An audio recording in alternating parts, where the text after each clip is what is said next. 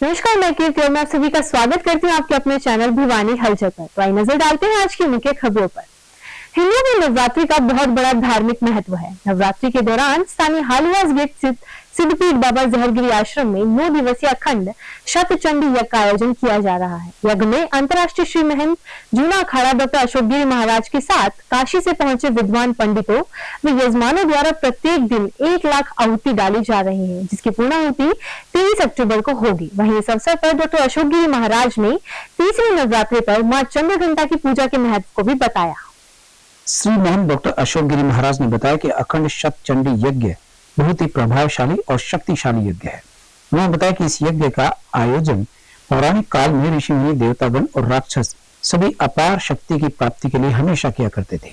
तीसरे नवरात्रि पर देवी चंद्रघंटा की पूजा की महत्ता बताते हुए उन्होंने कहा कि धर्म शास्त्रों के अनुसार नवरात्रि के तीसरे दिन जो भी भक्त माता रानी के तीसरे रूप यानी माँ चंद्रघंटा की विधि विधान से पूजा आराधना करते हैं, उन्हें माता की कृपा प्राप्त होती है। पूजा के साथ मां चंद्रघंटा की आरती करने से जीवन में सुख समृद्धि आती है। श्री महंत ने कहा कि देवी चंद्रघंटा मां पार्वती का विवाहित रूप है। भगवान शिव से विवाह करने के बाद देवी ने अपने माथे पर आधा चंद्रमा सजाना शुरू कर दिया, इसीलिए देवी पार्वती को मां चंद्रघंटा कहा जाता है। देवी चंद्रघंटा वह है जो न्याय और अनुशासन की स्थापना करती है। वहीं इस अवसर पर अनेक बुद्धिजीवी मौजूद रहे। सब परिवार से तनी से आए हैं, स्पेशली आश्रम में, बाबा जहरगिरी के आश्रम में, खासकर नवरात्रि की पूजा के लिए आए हैं। स्पेशली चेन्नई से आए हैं बाबा जहरगिरी के आश्रम में, खासकर नवरात्रि के पर्व पे ही आए हैं 9 दिन मैया की पूजा करने के लिए। और काफ़ी कुछ हो रहा है। दिन सुबह पूजा होती है, शाम को हवन होता है, अखंड हवन चल रहा है, पूरे 9 दिन चलेगा, सुबह से लेकर शाम तक। माता जी की पूजा के लिए जयपुर से आए हुए हैं जोड़े से, और आज माता जी का तीसरा दिन है नवरात्रों का। चंद्रघंटा माता जी का तीसरा दिन है। पूजा करी है, आज सुबह पूजा अर्चना हमारी हो चुकी है। अब थोड़े से चाय पाने के बाद फिर हम विहार के बाद फिर हवन चल रहा है यहाँ पे, जो कि ये हवन 9 दिन तक अखंड 24 घंटे चलता है। 2-2 घंटे का माता जी का पाठ होता है इसमें, दुर्गा सप्तशती का, और आहुति के साथ अलग अलग जोड़े अलग अलग आके बैठते हैं। रात में भी सब जोड़े आके बैठते हैं। गुरु महाराज भी रात को भी बैठते हैं, सुबह भी बैठते हैं, और बड़ा ही मतलब पावन नवरात्रों का समय चल रहा है। और इसमें ही हम सब इस पूजा के लिए ही 9 दिन तक यहीं पे रह के भगवती देवी नमो वरदे जय पाप नाशने बहुफुल दे मम तुम तम शिव मानधने बहुत ही कृपा किम ना क्रियते बहुत ही कृपा किम ना क्रियते। आज शारदीय नवरात्रों का तीसरा उत्सव है, यानी कि तीसरा दिवस है। आज माँ चंद्रघंटा की पूजा आज के दिन की जाती है दुर्गा स्वरूप में, और बाबा जहरगिरी आश्रम में, सिद्धपीठ बाबा जहरगिरी आश्रम में इस महोत्सव पर अखंड शतचंडी यज्ञ का आयोजन किया जा रहा है, जिसमें काशी के आए विद्वान ब्राह्मणों द्वारा सप्तशती का पाठ और आध्यात्मक पाठ है। ये इसमें 24 घंटे वन चलता है, जिसमें ब्राह्मणों और यजमानों के सहित 1,20,000 आहुति प्रत्येक दिवस दी जाती है। ऐसा कहा गया कि माँ भगवती आदि शक्ति जगत जननी अखंड ब्रह्मांड नायिका श्री गीता त्रिपुर सुंदरी के चरणों में जो हम अरदास या अर्जी प्रार्थना लगाते हैं, वह महा सहज में स्वीकार कर लेती है। माँ की कृपा के पात्र हम सहज स्वरूप हो जाते हैं। और सप्तशती अर्थात माँ दुर्गा का ही एक एक जो मंत्र है, जो एक एक शब्द है, जो अक्षर है, जो मात्राएं हैं, वो माँ दुर्गा के रोम रोम है। और माँ दुर्गा की कृपा साधन प्राप्त करने का कलयुग में एक सरल साधन है दुर्गा सप्तशती का नित्य पाठ। अगर हम पाठ नहीं कर सकते तो दुम दुर्गाए नमः का जाप भी कर सकते। राष्ट्रीय पिछड़ा वर्ग मोर्चा के राष्ट्रीय संरक्षक वामन मेश्राम व राष्ट्रीय अध्यक्ष चौधरी विकास पटेल के निर्देशानुसार चरणबद्ध आंदोलन की कड़ी में मंगलवार को देश भर के सभी जिला मुख्यालयों पर पिछड़ा वर्ग द्वारा प्रदर्शन कर मांग पत्र सौंपा गया। इसी के तहत भिवानी में राष्ट्रीय पिछड़ा वर्ग मोर्चा व पिछड़ा वर्ग कल्याण महासभा हरियाणा के बैनर तले विभिन्न संगठनों एवं पिछड़ा वर्ग के लोगों ने शहर भर में प्रदर्शन किया और तहसीलदार के माध्यम से राष्ट्रपति को मांग पत्र सौंपा। इस मौके पर राष्ट्रीय पिछड़ा वर्ग मोर्चा के प्रदेश अध्यक्ष सुरेश प्रजापति ने कहा, एक तरफ तो भाजपा सरकार पिछड़ा वर्ग के उत्थान की बात करती है, वहीं पिछड़ा वर्ग की महिलाओं को संसद में 33% आरक्षण से वंचित कर पिछड़ा वर्ग से उनके राजनीतिक उत्थान का अवसर छीन लिया है। उन्होंने कहा कि पिछड़ा वर्ग व महिला हितैषी होने का ढोंग रचने वाली भाजपा सरकार ने महिला आरक्षण बिल में पिछड़ा वर्ग की भागीदारी न कर ओबीसी वर्ग विरोधी होने का स्पष्ट प्रमाण दे दिया है। प्रजापति ने कहा कि आज कांग्रेस पिछड़ा वर्ग के हितों की बात कर रही है, लेकिन कांग्रेस शासित राज्यों में ही ओबीसी की गिनती नहीं करवाई जा रही और न ही उनकी संख्या के अनुपात में हिस्सेदारी की बात करी जा रही है, जिससे कि कांग्रेस की दोगली नीति स्पष्ट नजर आ रही है। 30 तारीख का, 7 तारीख का और आज 17 तारीख का पहला हमारा जो प्रोग्राम था हमारा 30 तारीख का, उसके अंदर हमने डी साहब के माध्यम से राष्ट्रपति जी को ज्ञापन दिया था।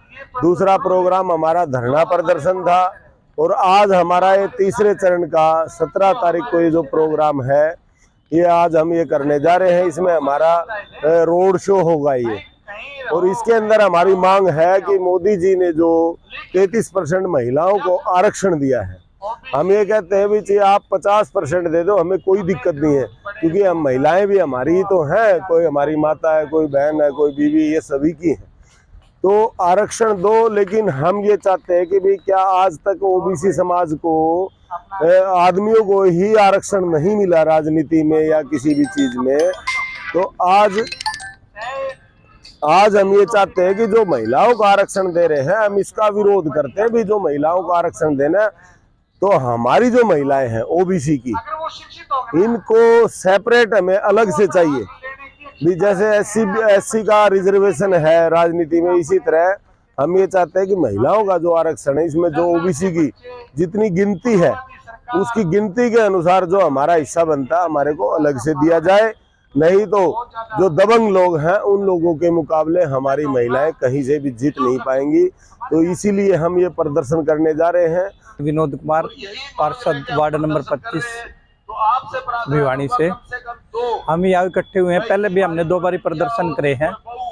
हम हमारी महिलाओं के लिए आरक्षण की मांग करते हैं और उस आरक्षण में जो 33% मोदी सरकार ने आरक्षण दिया है उसके अंदर हम ये चाहते हैं कि हमारी जो गिनती है ओबीसी की, उस हिसाब से हमारी महिलाओं को आरक्षण मिलना चाहिए। उसके लिए हम धरना प्रदर्शन पहले भी किए हैं, आज भी इकट्ठा हुए हैं। जो भी अगर हमारी मांग नहीं पूरी नहीं की गई तो हम जो होगा सड़कों पे भी आएंगे धरना प्रदर्शन के अलावा। ये जो आज हम प्रदर्शन कर रहे हैं इसके 2 चरण हम पहले कर चुके हैं, 30 तारीख को और 7 अक्टूबर को। आज हमारा रैली प्रदर्शन जो है नेहरू पार्क से शुरू होकर भिवानी जिला मुख्यालय पर जाकर ख़त्म होगा। और ये प्रदर्शन इसलिए करना पड़ रहा है, सरकार एक बिल लेके आई है महिलाओं के लिए 33%, तो हम चाहते हैं कि महिलाओं की पहला गिनती करवाई जाए और महिलाओं की ही नहीं समस्त ओबीसी समाज की गिनती करवाई जा। गिनती करवाने के बाद जो आंकड़ा आए उसके अनुसार आरक्षण दिया जाए, ये हमारी राष्ट्रीय पिछड़ा वर्ग मोर्चा के द्वारा मांग है। और अगर ये मांग हमारी नहीं मानी जाती है। मंगलवार को राजकीय मॉडल संस्कृति स्कूल में खंड स्तरीय लोक नृत्य और रोल प्ले प्रतियोगिता का आयोजन जिला खंड शिक्षा अधिकारी अनिल बोर्ड की अध्यक्षता में संपन्न हुआ। लोक नृत्य प्रतियोगिता में भिवानी खंड के 14 विभिन्न स्कूलों के विद्यार्थियों ने अपनी प्रतिभा का लोहा मनवाया और दर्शकों की वाहवाही भी लूटी। लोक नृत्य के निर्णय के लिए निर्णायक मंडल में श्रीमती रीमा परमार, श्रीमती दीपिका शर्मा, श्रीमती आशा सांगवान और आनंद कुमार तथा रोल प्ले प्रतियोगिता के लिए श्रीमती सीमा, श्रीमती शीतल शर्मा, श्रीमती प्रमिला ने कार्यभार को बखूबी अंजाम दिया। लोक नृत्य प्रतियोगिता में प्रथम स्थान पर राजकीय वरिष्ठ माध्यमिक विद्यालय मानहेरू, द्वितीय स्थान पर राजकीय वरिष्ठ माध्यमिक विद्यालय दिनौद और तृतीय स्थान पर राजकीय वरिष्ठ माध्यमिक विद्यालय कितलाना की टीम रही। वहीं रोल प्ले प्रतियोगिता में प्रथम स्थान सर्वपल्ली राधाकृष्णन स्कूल भिवानी, द्वितीय स्थान राजकीय वरिष्ठ माध्यमिक विद्यालय मंडाना और तृतीय स्थान पर राजकीय वरिष्ठ माध्यमिक विद्यालय नाथुआस रहे। कार्यक्रम में मंच संचालन नरेंद्र कुमार द्वारा किया गया। वहीं इस अवसर पर अनेक अध्यापकगण मौजूद रहे। ये रोल प्ले और फोक डांस एक प्रतियोगिता है जो एनसीईआरटी और एससीईआरटी के तत्वाधान में डाइट के थ्रू जितने भी ब्लॉक्स हैं, स्कूल्स हैं, उनमें चलाई जा रही है। इनमें कक्षा 8 और 9 के विद्यार्थी भाग ले सकते हैं गवर्नमेंट स्कूल के। और इस रोल प्ले और फोक डांस का जो औचित्य है, जो उद्देश्य है, वह समाज में जो बुराइयां हैं, कुरीतियां हैं, उनको दूर करना है। एक समाज में गुड मैसेज जाएगा कि जो भी बुराइयां हैं, किसी प्रकार का नशा है या कोई किसी प्रकार की और कुरीति है, वो समाज से मिटेंगी और बच्चों में एक प्रतिभा का जन्म होगा। ये सांस्कृतिक कार्यक्रम है, इससे छात्र छात्राओं में संस्कार डेवलप होते हैं। कार्यक्रम की पूर्ण डिटेल जो है डाइट से हमारे बीच पधारे मुख्य अतिथि भाई डॉक्टर हरीश जी ने आपको वजह से बताया है कि इसमें कक्षा 8 और 9 के छात्र छात्राएं भाग ले रहे हैं। इसमें फोक डांस मुख्य प्रतियोगिता है, एक प्रतियोगिता जो कि दूसरी है उसके बारे में विषय में बताया है। इसका जैसे भी परिणाम होगा, ये बच्चों को कालजयी तक, अतीत से लेकर के वर्तमान और भविष्य तक ये चीज़ें याद रहती हैं, इनसे बच्चा सीखता है। और ऐसा मैं तो अनुभव करता हूँ कि जब भी निर्णय की क्षमता इनमें डेवलप होती है, निर्णय लेना पड़ता है, तो ये चीज़ें उनको याद आती हैं। मंगलवार को कृषि विज्ञान केंद्र की डॉक्टर देवीलाल ने भिवानी हलचल से खास बातचीत में मौसम संबंधी जानकारी दर्शकों के साथ साझा की और बताया कि बुधवार के बाद मौसम साफ होने की संभावना है। साथ ही उन्होंने सरसों की फसल के लिए किसानों को उचित सलाह भी दी। उन्होंने बताया कि अधिकतम और न्यूनतम तापमान में काफी गिरावट आई है। अभी अधिकतम तापमान लगभग 33 डिग्री सेल्सियस है और न्यूनतम तापमान 20 से 21 डिग्री सेल्सियस है। आने वाले समय में तापमान में गिरावट नजर आएगी। साथ ही उन्होंने कहा कि सरसों की फसल के लिए किसानों को सलाह दी जाती है कि एक सप्ताह पहले तापमान ज्यादा था, इसीलिए उन्हें सलाह दी गई थी कि अभी सरसों की खेती ना करें। उन्होंने कहा कि अभी तापमान ठीक है, इस समय सरसों की बिजाई की जा सकती है। उन्होंने कहा कि मौसम की विदाई होने के बाद से यह पहला वेस्टर्न डिस्टर्बेंस सामने आया है। पिछले 4 महीनों से जो मानसून का सीजन था उसकी विदाई होने के बाद में जो ये पहला वेस्टर्न डिस्टर्बेंस आया है, पश्चिमी विक्षोभ, उसकी वजह से मौसम में जो बदलाव पिछले 2-3 दिन से देखने को मिल रहा है। कल भी हल्की बूंदाबांदी हुई और आज भी बादलवाई के साथ हल्की बूंदाबांदी होने की संभावना है। आज के पश्चात जो है मौसम के साफ होने की संभावना है। अभी जो अधिकतम और न्यूनतम तापमान में भी काफ़ी गिरावट आई है। अधिकतम तापमान है जो 33 डिग्री के आसपास है और न्यूनतम तापमान 20 से 21 डिग्री के आसपास चल रहा है। तो आने वाले दिनों में सर्दी बढ़ेगी और न्यूनतम तापमान में और गिरावट जो है वो होने की संभावना है। कि अभी जो ये वेस्टर्न डिस्टर्बेंस था इसका प्रभाव तो आज तक ही है, उसके बाद में अगर आगे भी इसी तरीके से जो भी वेस्टर्न डिस्टर्बेंसेस की कोई पॉसिबिलिटी बनेगी तो बारिश की संभावना बन सकती है। अभी आगे आज के बाद जो मौसम एक बार तो साफ होने की संभावना लग रही है। के लिए जो है अभी तापमान पहले एक सप्ताह पहले जो तापमान ज़्यादा था, हमारी तरफ से रिकमेंडेशन थी भी एक बार जो है तापमान थोड़ा कम हो जाए, 30 डिग्री के आसपास, 30-32 डिग्री के आसपास टेम्परेचर हो जाए तब बुआई के लिए उपयुक्त है। लेकिन अभी जो है तापमान ठीक है और अभी आप मतलब बुआई कर सकते हो 20 अक्टूबर तक के लिए। कृषि विज्ञान केंद्र में चल रही स्कीम महिलाओं के लिए रोजगार में मंगलवार को लगभग 300 महिलाओं ने भाग लिया, जिसमें से महिलाओं को एक ड्रॉ द्वारा चिन्हित कर 30 महिलाओं को एक ग्रुप में शामिल कर 5 दिवसीय प्रशिक्षण कार्यक्रम शुरू किया गया। आपको बता दें कि प्रशिक्षण में महिलाओं को रोजगार मिलेगा और आमदनी भी बढ़ेगी।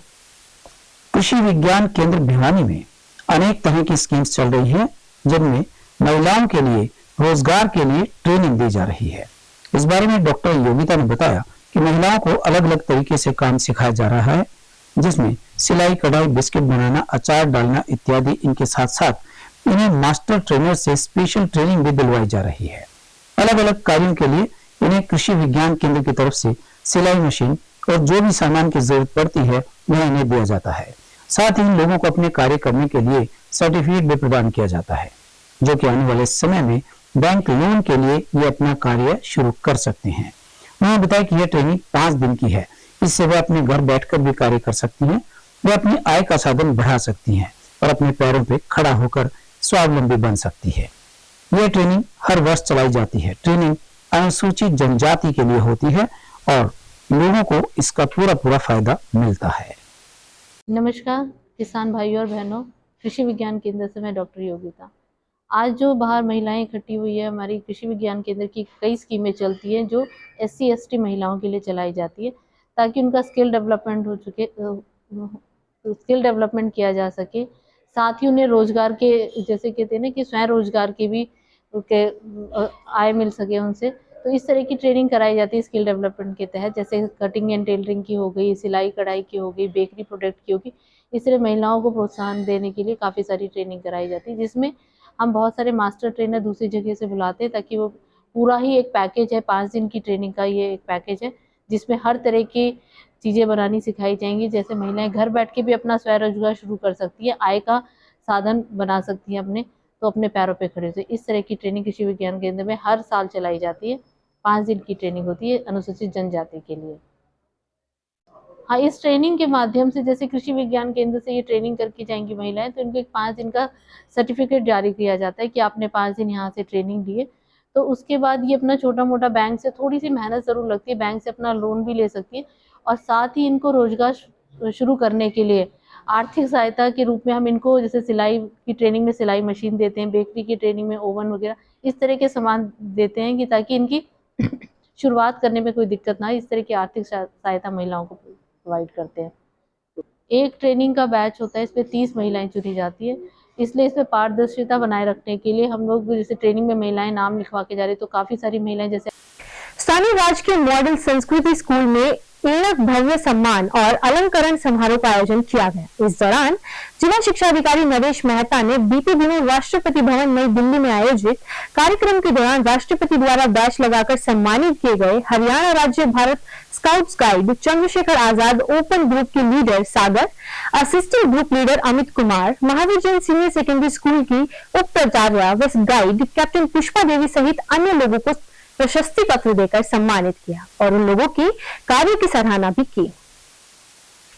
प्राप्त जानकारी के अनुसार गत 8 अक्टूबर 2023 को scheme workers federation of India और AIUTUC से संबंधित आंगनबाड़ी कार्यकर्ता सहायिका यूनियन हरियाणा एवं मिड डे मील कार्यकर्ता यूनियन हरियाणा के बैनर तले प्रदेश की हजारों स्कीम वर्कर्स महिलाओं ने एक विशाल रैली के माध्यम से कैबिनेट मंत्री माननीय श्री JP दलाल जी की मार्फत उन्हें एक ज्ञापन दिया था।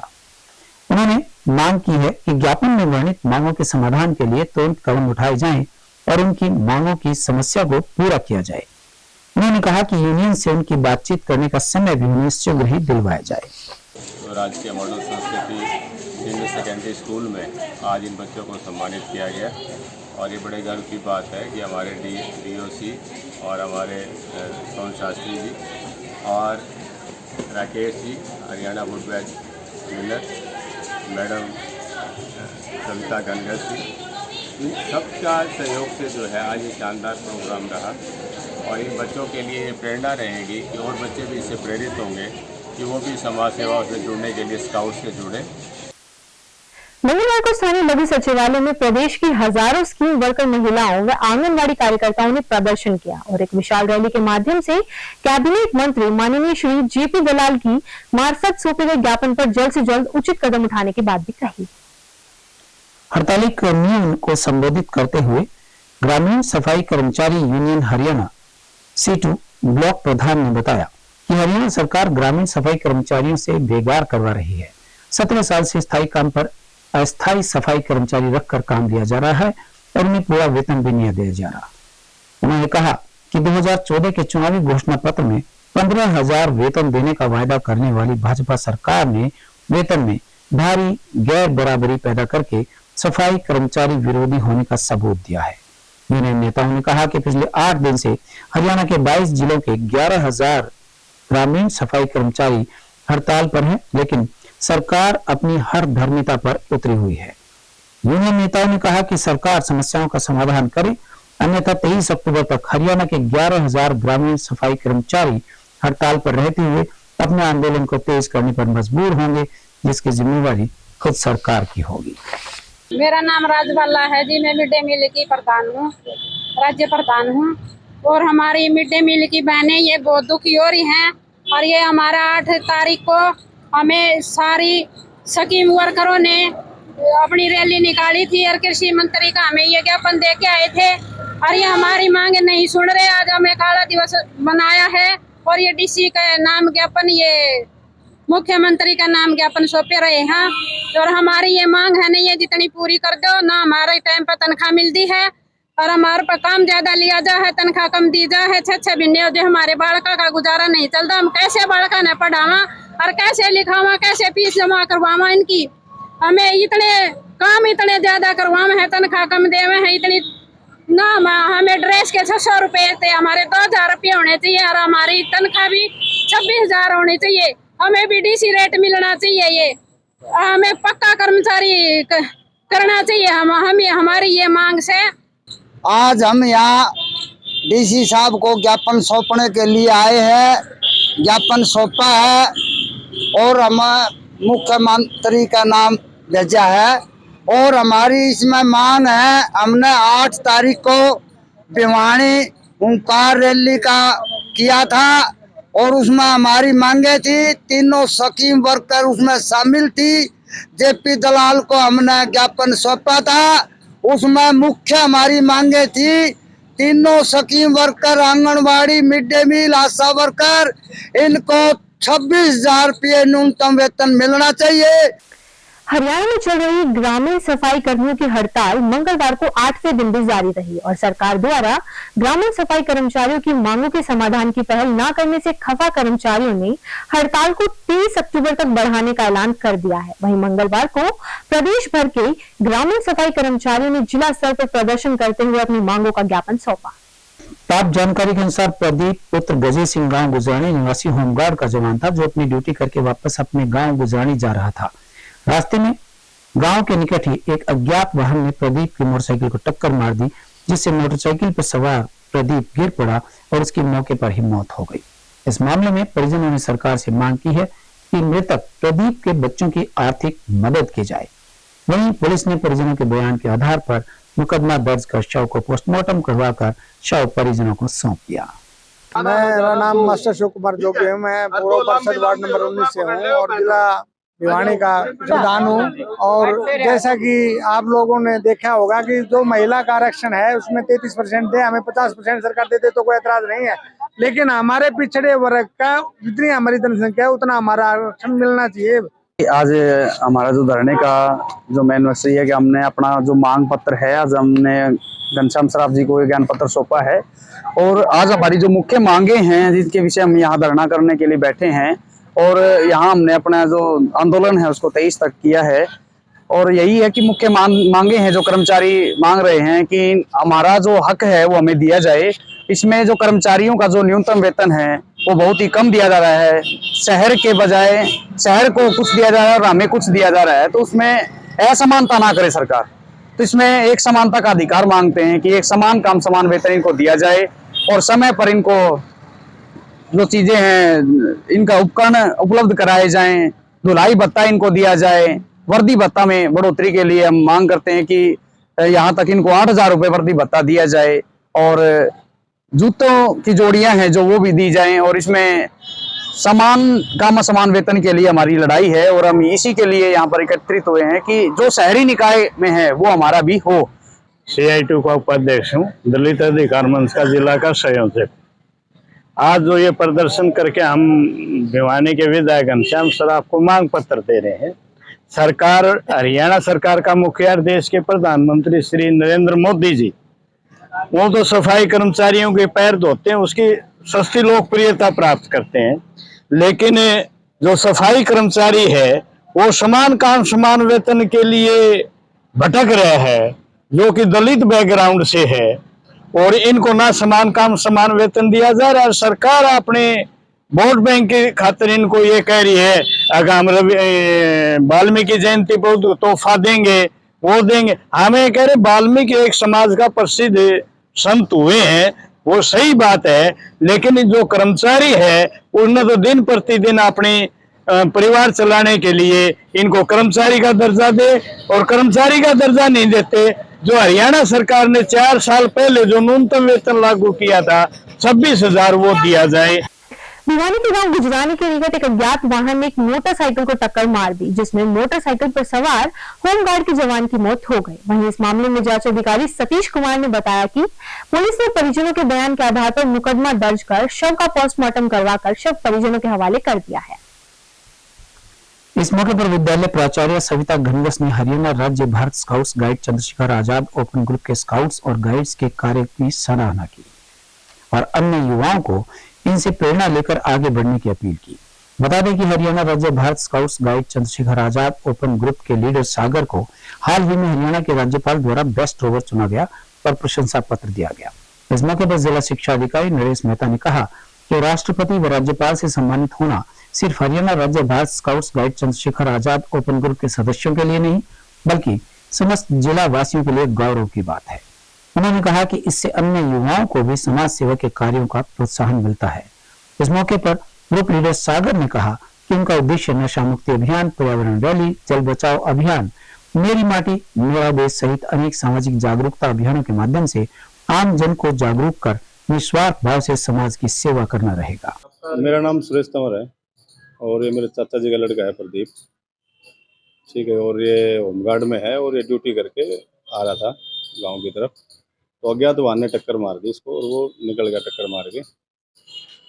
और मेरी ये है कि इसके 2 छोटे बच्चे हैं, एक गुड़िया है एक लड़का है, बिल्कुल 5-6 साल के हैं। तो मेरी ये मांग है गवर्नमेंट से कि भाई इनका आर्थिक रूप से मदद की जाए और जो बहू है उसकी कहीं नौकरी की जैसी भी हो सकता है गवर्नमेंट से वो उसकी मदद करी जाए। इनकी आर्थिक स्थिति भी इतनी ज़्यादा अच्छी नहीं है, तो गवर्नमेंट से ये डिमांड है कि भी बच्चों की तरफ देखते हुए, छोटे बच्चे हैं, उनका स्कूल का है जो भी है, और जो बहू है उसकी मदद की जाए कि नौकरी दी जाए उसको, जैसे भी गवर्नमेंट से बन पड़े। क्या नाम था सर? कितनी उम्र उसकी होगी करीब 35 और 36 साल के बीच में। आज सुबह एक टेलीफोन प्राप्त हुआ सरकारी अस्पताल से एक एक्सीडेंट के बारे में। तो उसमें ये पता चला कि मृतक प्रदीप सनोप गज्जे सिंह गांव गुजरानी एक्सीडेंट हुआ है, जिसको 174 से आप कार्रवाई कर रहे हैं, जिसके अज्ञात वाहन के खिलाफ मुकदमा दर्ज कर दिया गया है और आगे कार्रवाई कर रहे हैं उनके परिजनों के। क्या काम करते थे? ये होमगार्ड में कार्यरत था, जो अपने ड्यूटी से घर जा रहा था। सर किसका कोई ये बाइक पे थी? ये बाइक पे था जी, जो कोई अज्ञात वाहन ने इसको टक्कर मार दी थी, जो उसके परिजनों के बयानों पे आगे कार्रवाई।